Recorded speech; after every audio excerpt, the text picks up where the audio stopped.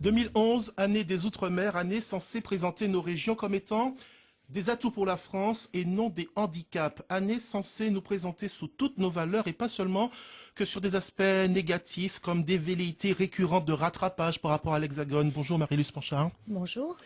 Vous êtes ministre de l'Outre-mer, vous êtes ici encore pour quelques heures. Cette année des Outre-mer, si on s'en souvient, certains l'avaient présenté comme une sorte de gadget, un peu comme une foire où on écouterait la compagnie créole, on mangerait des maridades.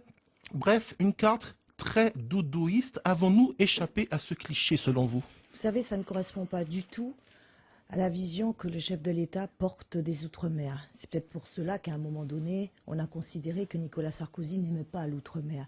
Simplement, ils veulent passer l'Outre-mer au cœur de leurs responsabilités, à la fois pour décider de leur développement économique, et puis il veut mettre l'outre-mer, je dirais, dans la place que l'outre-mer doit avoir au sein de la République. C'est important de valoriser ce que l'outre-mer a apporté à la France, à la nation. Je pense en particulier aux dissidents. Personne ne l'avait fait.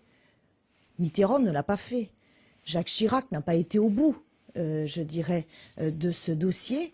Et Nicolas Sarkozy a bien compris que c'était important pour les ultramarins de reconnaître qu'à un moment donné aussi, ils participent aux valeurs de la République que sont celles de la liberté, de l'égalité, fraternité. Donc nous avons fait, je dirais, de l'année des Outre-mer, vraiment ce qu'il était important de montrer, à savoir que l'Outre-mer n'est pas du tout les clichés, ce n'est pas le sable chaud, les cocotiers, et puis malheureusement, Donc, quand il y a les crises sociales. Donc selon vous, la vision des Français a changé concernant nos régions, nos problématiques? Oui, je considère, parce que très récemment, lorsqu'il y a eu cette découverte du pétrole au large de Guyane... Ah, ça c'est différent, c'est de l'argent qui pourrait rentrer dans les caisses de Bercy. Non, c'est pas de l'argent. Il faut arrêter de considérer que le rapport avec la métropole est uniquement sur des questions financières. Ça fait la fierté de la France d'avoir... La faute à qui, cette vision des choses?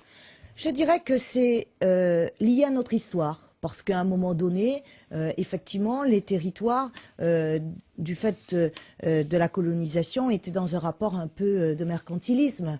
Mais aussi nous-mêmes, nous avons eu des rapports avec la métropole qui consistaient à dire, dès lors qu'il n'y a pas d'enveloppe financière, il faut toujours plus de sous. Parce que si on n'apporte pas les crédits, ça veut dire que la France n'intervient pas et se désengage. Quand vous assouplissez les visas, quand vous faites voter un texte pour